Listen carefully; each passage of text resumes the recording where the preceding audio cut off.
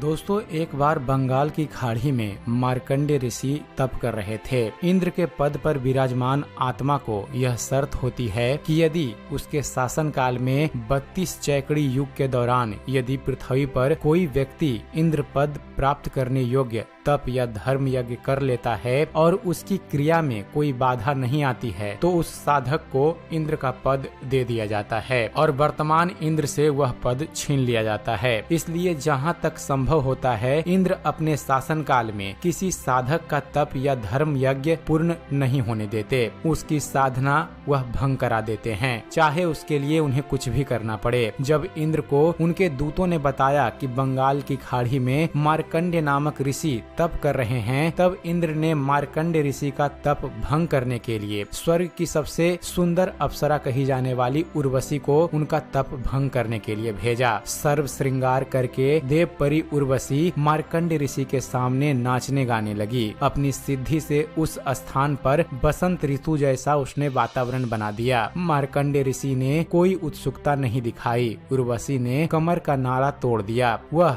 निवस्त्रा हो गई। तब मार्कंडेय ऋषि बोले, हे बेटी, आप यह क्या कर रही हो? आप यहाँ गहरे जंगल में अकेली किस लिए आई हो? उर्वशी ने कहा कि ऋषि जी, मेरे रूप को देखकर इस आरण्य खंड अर्थात वन खंड के सर्व साधक अपना संतुलन खो गए, परंतु आप डगमग नहीं हुए। ना जाने आपकी समाधि कहाँ तक थी। कृपया आप मेरे साथ इंद्रलोक में चलिए, नहीं तो मुझे वहाँ सजा मिलेगी कि तू हार कर आ गई। तब मार्कंडेय ऋषि ने उर्वशी से कहा, मेरी समाधि ब्रह्मलोक में गई थी, जहाँ पर मैं उन उर्वशियों का नाच देख रहा था जो इतनी सुंदर हैं कि तेरी जैसी तो उनकी 7 बंदियां अर्थात 7 नौकरानियां हैं। इसलिए मैं तेरे को क्या देखता, तेरे पर क्या आसक्त होता। यदि तेरे से कोई सुंदर हो तो उसे ले आ। तब देवपरी ने कहा कि इंद्र की पटरानी अर्थात मैं अप्सराओं में सबसे सुंदर अप्सरा हूँ, मुझसे सुंदर स्वर्ग में कोई औरत नहीं है। तब मार्कंडेय ऋषि ने पूछा कि इंद्र की मृत्यु होगी तब तू क्या करेगी? तब उर्वशी ने उत्तर दिया कि मैं 14 इंद्र भोगूंगी। भावार्थ है कि श्री ब्रह्मा जी के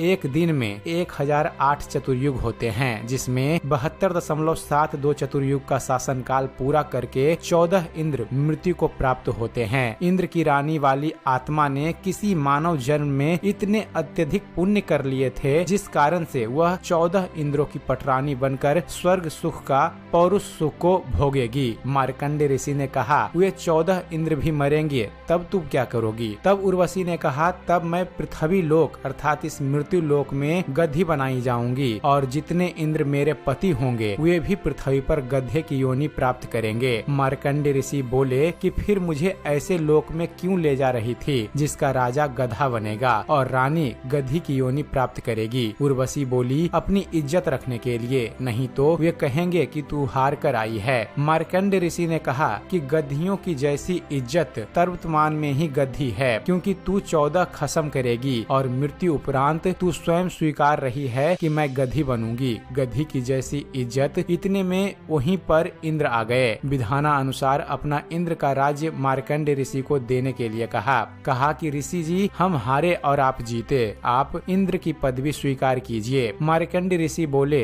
अरे इंद्र की पदवी मेरे किसी काम का नहीं, मेरे लिए तो काग अर्थात कौवे की बीट के समान है। मार्कंडेय ऋषि ने इंद्र से फिर कहा कि तू मेरे बताए अनुसार साधना कर, तेरे को ब्रह्मलोक ले चलूंगा, इस इंद्र के राज्य को छोड़ दे। इंद्र ने कहा कि हे ऋषि जी, अब तो मुझे मौज मस्ती करने दो, फिर कभी देखूंगा। मित्रों, विचार कीजिए, इंद्र को पता है कि मृत्यु के उपरांत गधे का जीवन मिलेगा, फिर भी वह उस क्षणिक सुख को त्यागना नहीं चाहते। उन्होंने कहा कि फिर कभी देखूंगा। फिर वह कब देखेंगे? गधा बनने के पश्चात तो कुम्हार देखेगा कितना वजन गधे के कमर पर रखना है, कहाँ डंडा मारना है। ठीक इसी प्रकार इस पृथ्वी पर कई छोटे से टुकड़े का प्रधानमंत्री, मंत्री, मुख्यमंत्री या राज्य में मंत्री बना है या किसी पद पर सरकारी अधिकारी या कर्मचारी बना है या वह धनी है, उसको कहा जाता है कि आप भक्ति करो नहीं तो गधे बनोगे। वे या तो नाराज हो जाते हैं या कहते हैं कि हम क्यों बनेंगे गधे, फिर से मत कहना। कुछ